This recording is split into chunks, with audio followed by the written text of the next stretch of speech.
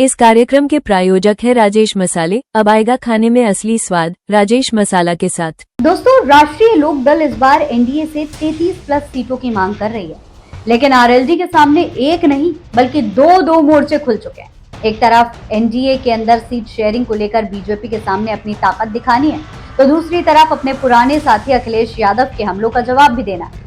यानी जयंत चौधरी के सामने सवाल सिर्फ इतनी सीटें मिलने का नहीं है कि चुनाव कितनी सीटों पर लड़ा जाएगा। सवाल ये है कि 2027 की यूपी की राजनीति में आरएलडी आखिर अपनी ताकत कैसे दिखाएगा, अपनी हैसियत कैसे साबित करेगा। दोस्तों, राष्ट्रीय लोक दल ने उत्तर प्रदेश में अपने संगठन को धार देने और 2027 के विधानसभा चुनाव की तैयारियों के मद्देनजर लगातार कई बड़े फैसले लेने की कोशिश की। पार्टी ने अमेरिका से लौटे और बस्ती के प्रतिष्ठित राजघराने से ताल्लुक रखने वाले राजा ऐश्वर्य राज सिंह को उत्तर प्रदेश का नया प्रदेश अध्यक्ष नियुक्त किया। 10 साल के लंबे राजनीतिक संघर्ष के बाद उन्हें ये बहुत बड़ी जिम्मेदारी मिली।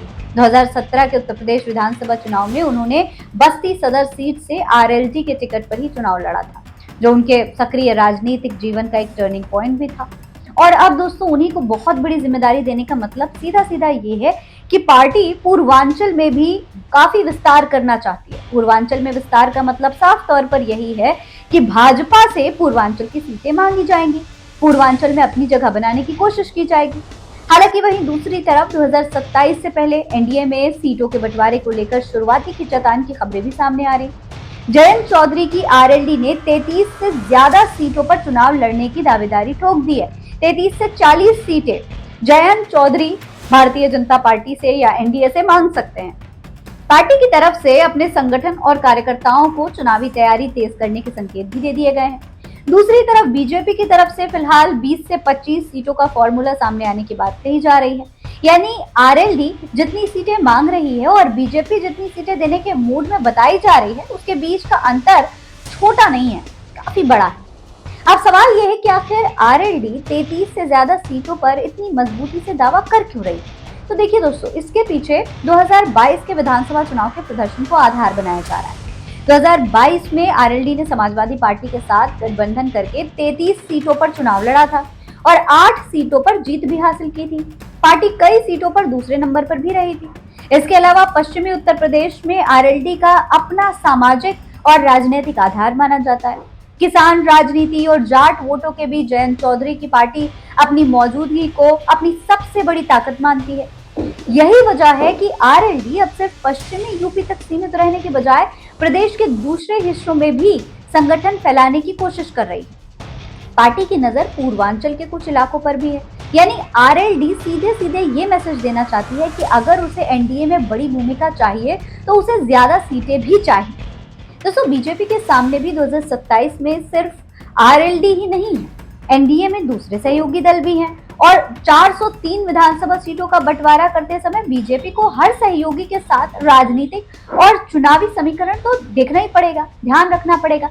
ऐसे में बीजेपी के लिए आरएलडी को 33 से ज्यादा यानी लगभग 40 सीटें मांगी जा रही हैं, तो 33 से 40 सीटें देना कोई आसान बात तो होगी नहीं, ये बहुत बड़ा चैलेंज हो जाएगा।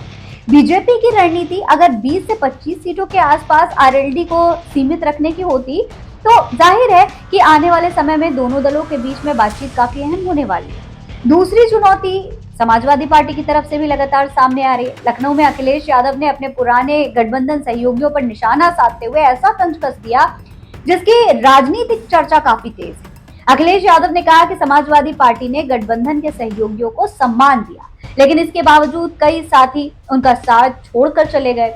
इसी दौरान उन्होंने कहा कि हम लोगों ने चवन्नी का रुपया बना दिया, तब भी हमें छोड़कर चले गए। और कुछ गठबंधन भी ऐसे किए हम लोगों ने, जाने कहां से आ गए थे गठबंधन वाले। बताओ, हम लोगों ने चवन्नी का रुपया बना दिया, तब भी हमें छोड़ के चले गए। दोस्तों, अखिलेश यादव का ये चवन्नी वाला बयान सीधे तौर पर पुराने संगठन साथियों और खासकर आरएलडी के राजनीतिक सफर से जोड़कर देखा जा रहा है। साफ तौर पर जयंत चौधरी पर निशाना साधते हुए दिख रहे हैं अखिलेश यादव। यानी कि अखिलेश ये बताने की कोशिश कर रहे हैं कि समाजवादी पार्टी ने अपने साथियों को राजनीतिक ताकत दी, लेकिन बाद में वही साथी अलग रास्ते पर चले गए। अब आरएलडी के लिए चुनौती ये है कि वो इस हमले का जवाब किस तरीके से देती है, क्योंकि एक तरफ उसे बीजेपी के साथ अपने रिश्ते मजबूत रखने हैं दूसरी तरफ उसे अपने पुराने साथी अखिलेश यादव के हमलों का राजनीतिक जवाब भी देना है। नाराजगी आरएलडी के नेताओं में काफी बढ़ चुकी है, पुतले फूके जा रहे हैं अखिलेश यादव के। इन सब के बीच दोस्तों, इन सब के बीच अगर भाजपा से और एनडीए से भी जयंत चौधरी के रिश्ते खराब होते हैं तो भैया आने वाले चुनाव में जयंत चौधरी की ही मुसीबत खड़ी हो सकती है। अखिलेश यादव तो पीडीए यानी पिछड़ा दलित और अल्पसंख्यक समीकरण को मजबूत करने की कोशिश कर ही रहे हैं। दूसरी तरफ बीजेपी जो है वो एनडीए के जरिए अलग अलग सामाजिक समूहों को जोड़कर सत्ता में वापसी की रणनीति बना रही है। ऐसे में जयंत चौधरी की आरएलडी पश्चिमी यूपी में समीकरणों में एक महत्वपूर्ण भूमिका निभा सकती है। यही वजह है कि आरएलडी के लिए 33 प्लस सीटों की पार्टी की राजनीतिक हैसियत और 2027 में उसकी बार्गेनिंग पावर का सबसे बड़ा सवाल यहाँ पर खड़ा हो जाता है। अगर बीजेपी आरएलडी को उसकी मांग के करीब सीटें दे भी देती है तो जयंत चौधरी इसे अपने बढ़ते राजनीतिक प्रभाव के तौर पर पेश कर सकते हैं। लेकिन अगर बीजेपी 20 से 25 सीटों तक ही सीमित रहती है तो आरएलडी को ये तय करना होगा कि वो इस फॉर्मूले को स्वीकार करके गठबंधन को प्राथमिकता देती है या अपनी राजनीतिक ताकत दिखाने के लिए दबाव और बढ़ाती है। और दूसरी तरफ अखिलेश यादव के हमले जो हैं उनका कैसे सामना किया जाएगा। ये तमाम बातें इस वक्त आरएलडी की राजनीति को काफी मुश्किल बना रही है। इस पूरे मामले पर आप क्या कहेंगे कमेंट बॉक्स में लिखकर हमें जरूर बताएं। ऐसे और तमाम खबरें देखने के लिए चैनल को सब्सक्राइब करना ना भूलें। जय हिंद, जय भारत।